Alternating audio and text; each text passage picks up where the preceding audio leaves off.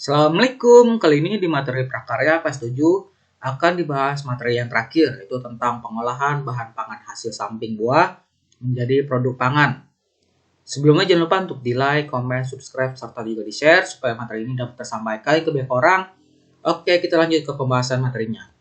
Di mana materi yang akan dibahas kali ini tentang pengertian bahan hasil samping buah, karakter hasil samping, lalu ada kandungan dan manfaat bahan pangan hasil samping buah, teknik pengolahan pangan, pembuatan pengolahan bahan pangan hasil samping buah menjadi produk pangan, dan terakhir ada penyajian dan pengemasan. Yang pertama kita bahas dulu tentang pengertian bahan pangan hasil samping buah. Di mana hasil utama, contohnya ini ya, tanaman pisang. Di mana contoh dari hasil utama dari tanaman pisang yaitu buah pisangnya, yang dimana dikategorikan sebagai bahan pangan utama. Sementara itu, kulit pisang, daun, akar, batang, dan juga jantung pisang dikategorikan sebagai bahan pangan hasil samping dari tanaman buah pisang. Dengan demikian, pengertian dari bahan pangan hasil samping buah adalah bahan samping yang dihasilkan dari tanaman buah selain daripada buahnya yang merupakan bahan pangan utama. Lalu yang kedua ada tentang karakteristik hasil samping buah. Di mana yang pertama itu ada berry, di mana merupakan lapisan kulit luar tipis, sedangkan lapisan tengah dan dalam itu menyatu. Contohnya itu ada buah stroberi, anggur, plum, cherry, dan juga jambu biji. Lalu ada hesperidium, di mana adalah buah dengan tiga lapisan dinding buah, di mana lapisan kulit luar tebal dan mengandung zat warna. Lapisan tengahnya itu serupa jaringan yang keputih-putihan, serta lapisan dalam banyak mengandung gelembung berisi cairan jus di dalamnya dengan biji-biji yang tersebar. Contohnya itu ada jeruk lemon, jeruk nipis. Lalu ada drupa, di mana memiliki tiga lapisan dinding buah, di mana lapisan luarnya itu umumnya tipis dan akan terlihat jelas pada saat buahnya itu matang. Lapisan tengahnya itu merupakan daging buah ataupun berserabut, di mana lapisan dalamnya itu pelindung yang keras bagi bijinya, di mana contohnya itu buah mangga, gandaria, dan juga kelapa. Lalu ada pom, di mana adalah lapisan luar tipis, lapisan tengahnya itu daging buah, dan lapisan dalamnya itu seperti kertas yang berfungsi untuk melindungi biji. Contohnya itu ada apel, pir, dan juga delima.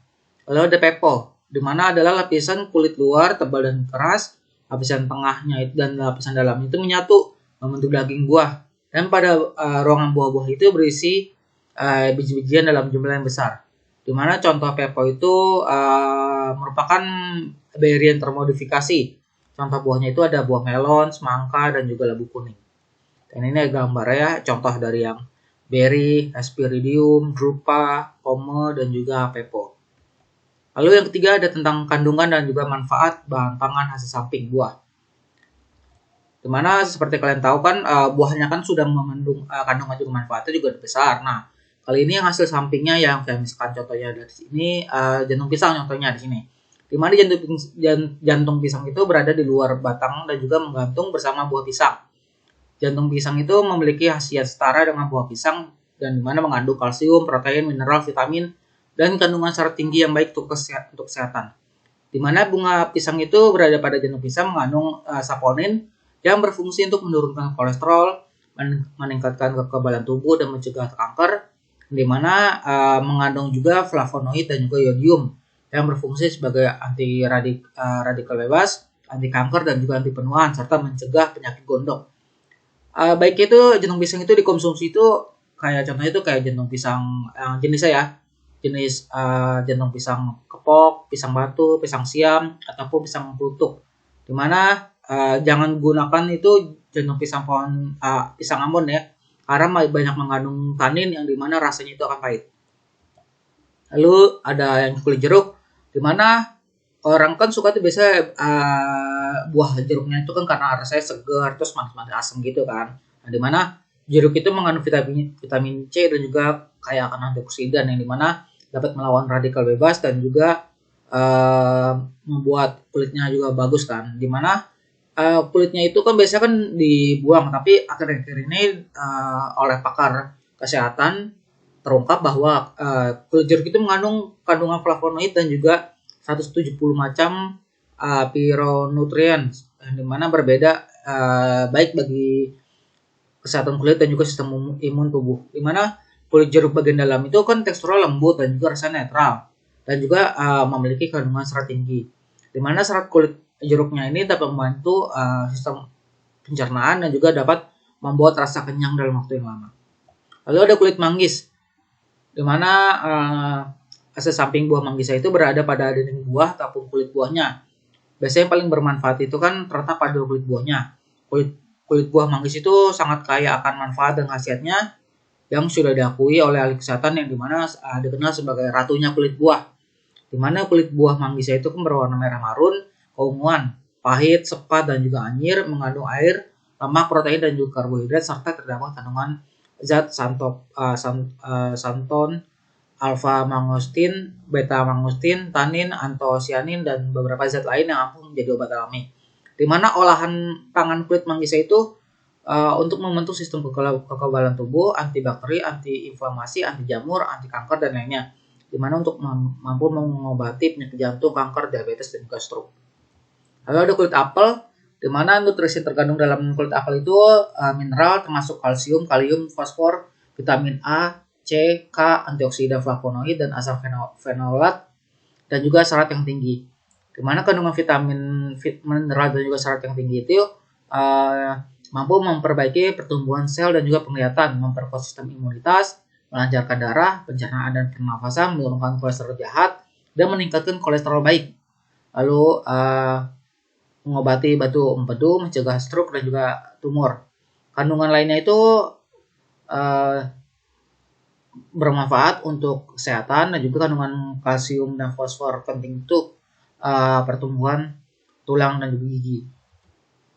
Lalu ada kulit pisang, di mana kandungannya itu ada kandungan air tinggi, karbohidrat yang tinggi, protein, kalsium yang tinggi, fosfor, besi, vitamin B, dan vitamin C.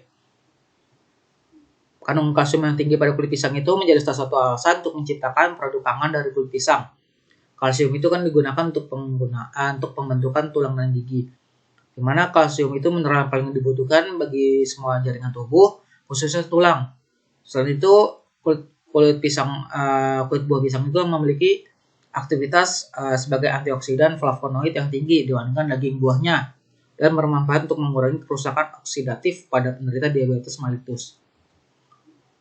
Dimana tadi kan udah dijelaskan tentang kandungan manfaatnya, produk sampingannya, olahan sampingannya seperti apa. Nah, dimana tadi kan contohnya kayak ada jantung pisang, nah kan terus ada kulit jeruk, kulit buah manggis dan lain sebagainya. Nah di sini diolah seperti apa sih hasil sampingnya buah tersebut, dimana kalau jantung pisang itu dapat diolah menjadi sayur lodeh, acar, urap, gulai, tumis, abon dan banyak makanan lainnya. Dimana biasa itu kalau yang olahan jantung pisang itu biasanya rasanya gurih dan manis. Lalu kalau ada kulit manggis itu, kulit buah manggis itu biasanya diolah menjadi minuman ya. Baiknya itu bisa berbentuk jus ataupun pil ekstrak ya dengan teknologi sederhana maupun yang modern. Dimana biasanya juga kulit manggis itu dikeringkan dapat diolah menjadi minuman teh. Nah biasanya tuh yang kayak dulu kan tuh terkenal tuh yang kulit manggis, nah gitu.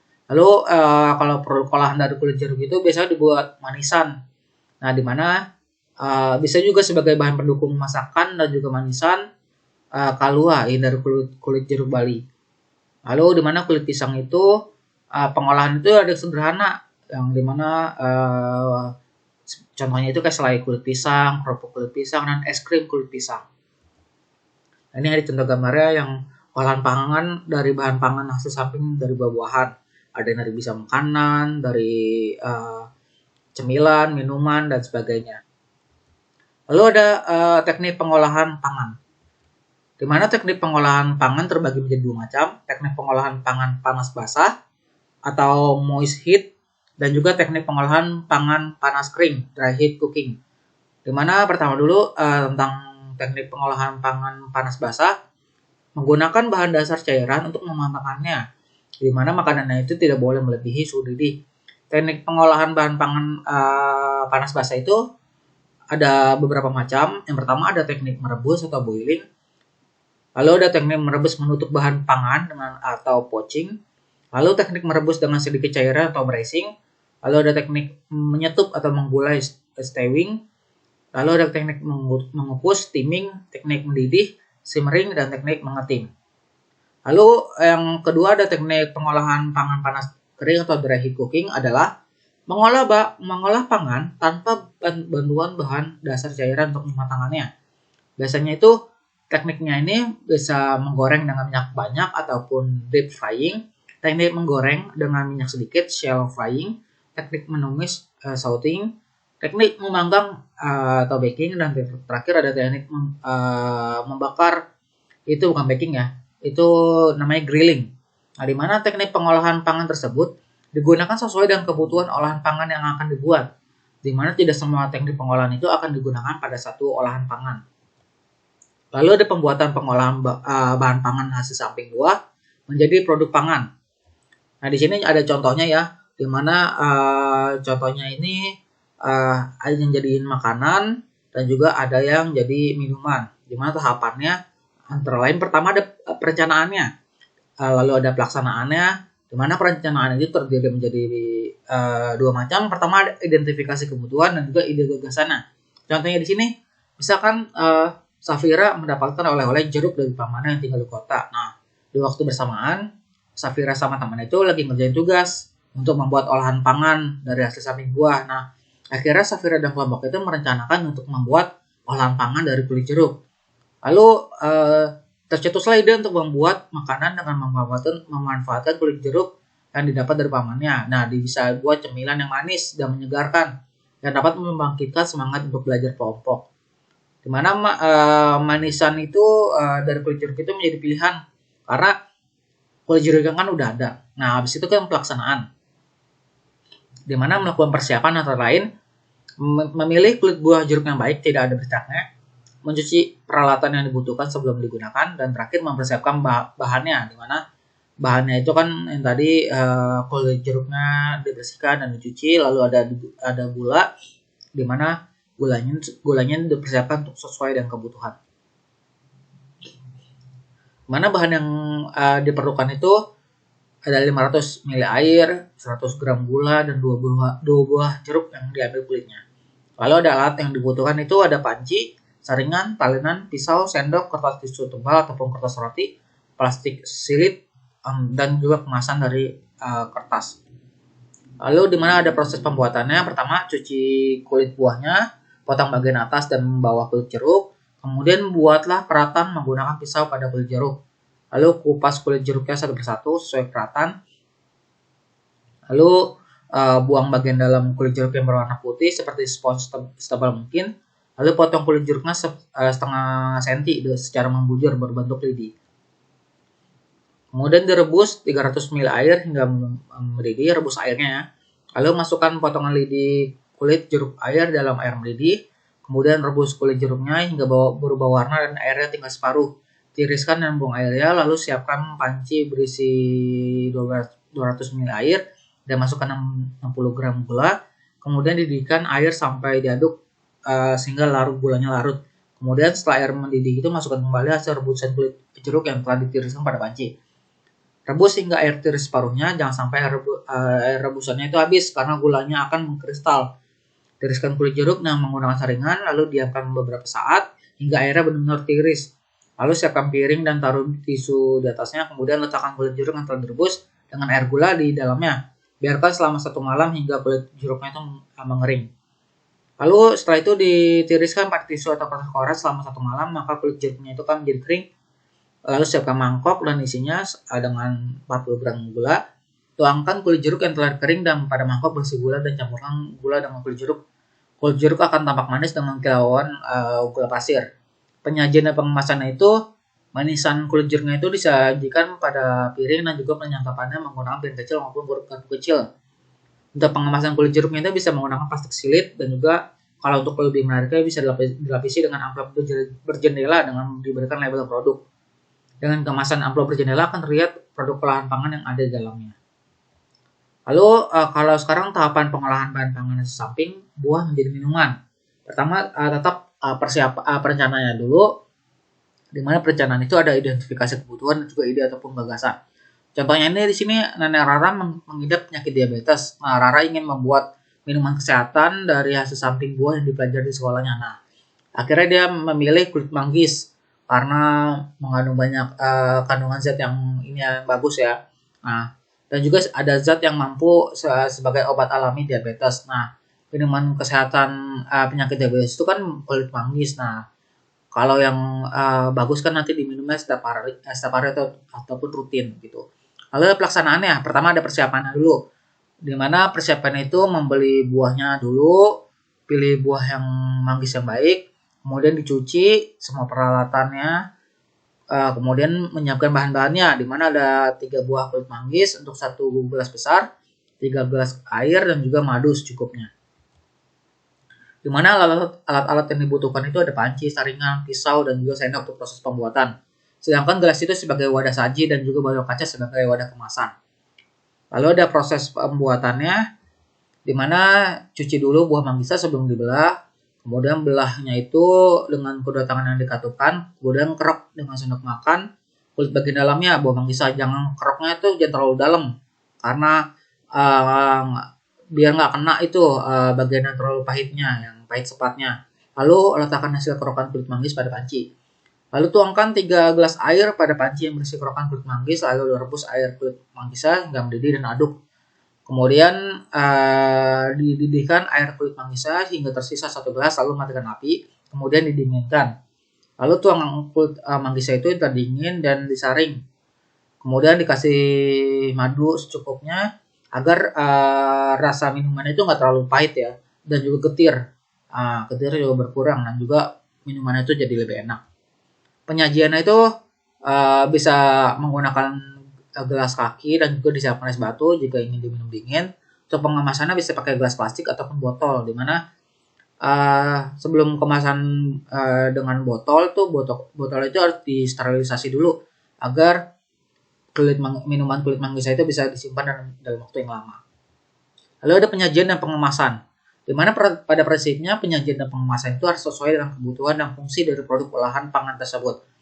Selain kualitas dari olahan pangan itu, tampilan dari penyajian dan pengemasan itu akan memberikan karakter pada olahan pangan dan memberikan prospek ekonomi yang menguntungkan. Kreativitas dalam penyajian dan pengemasan harus selalu digali untuk dapat menciptakan wadah penyajian dan kemasan yang inovatif. Oke, cukup sekian untuk materi kali ini. Mohon maaf kalau ada kekurangan. Wassalamualaikum warahmatullahi wabarakatuh.